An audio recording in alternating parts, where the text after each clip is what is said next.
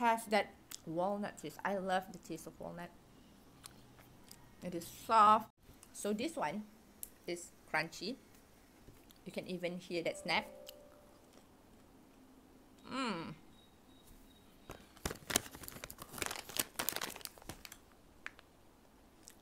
Best before 31st October 2021. That would be 10 months or 9 months to go. But the taste is, I'm sorry, even though it's very expensive, it is bitter, and I don't like the taste of this walnut. I'm not sure, is it because it is that organic, this one. So even though it's like so little left, I'm going to just use what I have. We have around only 57 grams with the plastic, so I can't even bear to weigh without the plastic. So I will crush this a bit. I will crush it really good. Okay, again, look at my walnuts, crushed. Okay, wait, okay, so now we're going back to the batter. We're going to put in our finely grated carrot, finally. Okay, and you have to make sure that your carrot is not soggy or wet. Okay, look at this, it's not soggy, it's not wet. You don't want excessive water in it, or else your cake will be dense, will be too dense. Not a good moist crumbly cake. Not crumbly, moist crumb, soft crumbs. So inside the bowl you go, the walnuts. The walnuts is optional. If you think you need more, then you put more. If you don't like it, no, please like it. It is so good.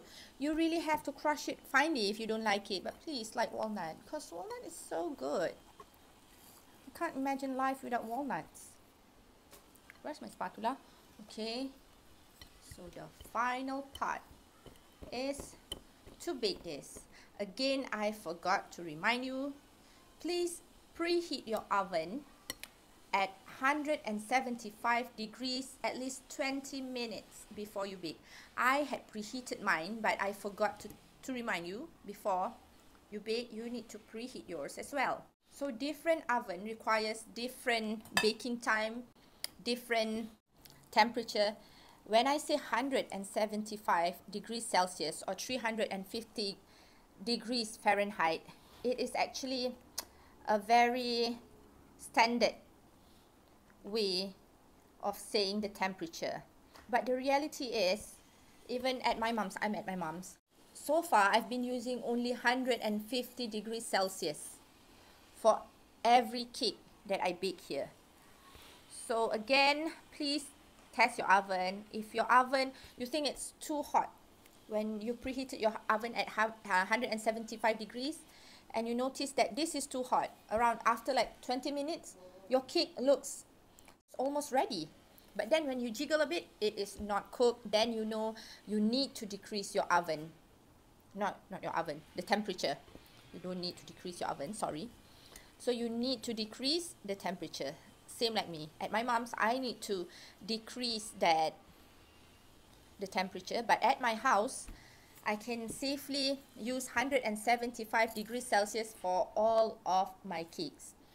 But then again, at my mom's, we use a toasting oven. If you can see at my first banana walnut cake video, yeah, you can see my mom's oven. It's the standard toasting oven. At my house, I'm using that cabinet oven, built-in oven. So again, please learn, connect, and be empathic of your oven. Let's bake this.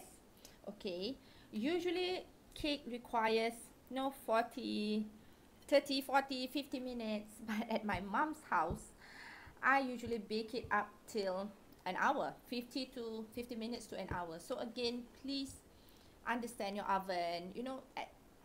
You cannot really ask people in that oven department. You really have to know your oven, and if most of your cake bakes at 100, let's say 60 or 50 or 70, then that's it. My recipe would require the same exact temperature as your other cakes do.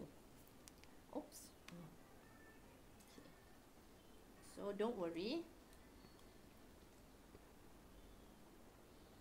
The consistency is a bit liquidy.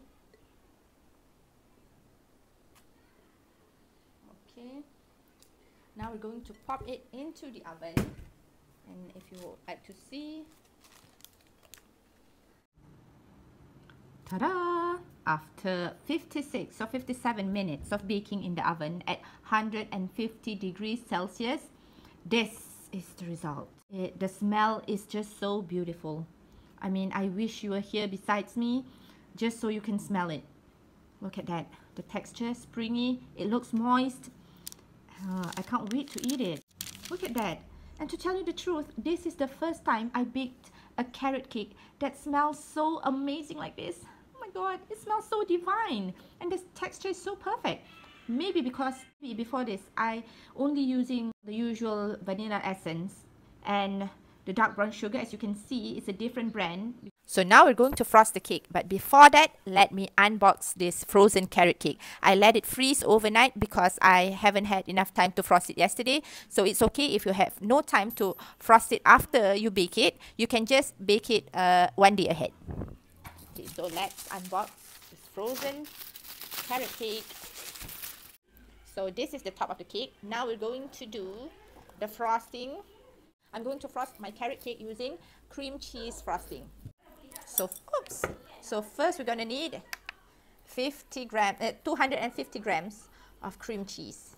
So now we're going to add in mascarpone cheese, around 50 grams. Instead of using unsalted butter, I'm using mascarpone cheese so that it will have that velvety, smooth and creamy texture. Next we're going to put in sugar. I like mine less sweet, so I put only around 50 grams. Cream cheese is actually very easy to make. You just have to put everything in one bowl and you whip it up. You whip it up until it's creamy, until it is combined but not melted. So many ask me why their cream cheese melts after they whip the whipped cream. And the answer is simply because you over whipped it. And with our current temperature, our cream cheese can easily melt. I'm going to take our mixer to mix this. No, I'm not going to use my hand. It's crazy to whip cream cheese using your hand. Okay. And it will not take that long. And if it's a bit too thick like this, add in some whipping cream. So a bit of whipping cream to make our frosting more spreadable, not too thick like this. Just a bit, around 1 tablespoon. Please be careful when adding your whipping cream. See? Magic. It will magically turn into this luscious cream cheese frosting. Okay, I think I'm done here. Let's frost the cake.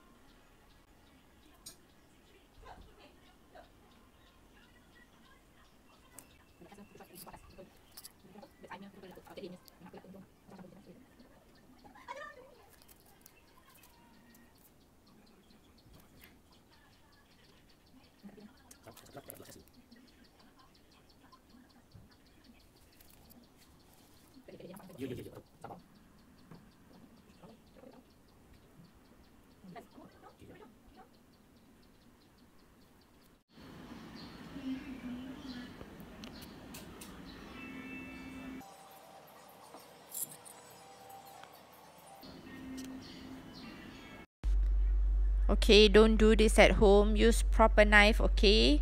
Don't use cake server. As you can see, I'm struggling there. So I hope you enjoyed this video. Don't forget to subscribe. Thank you for watching. Bye-bye.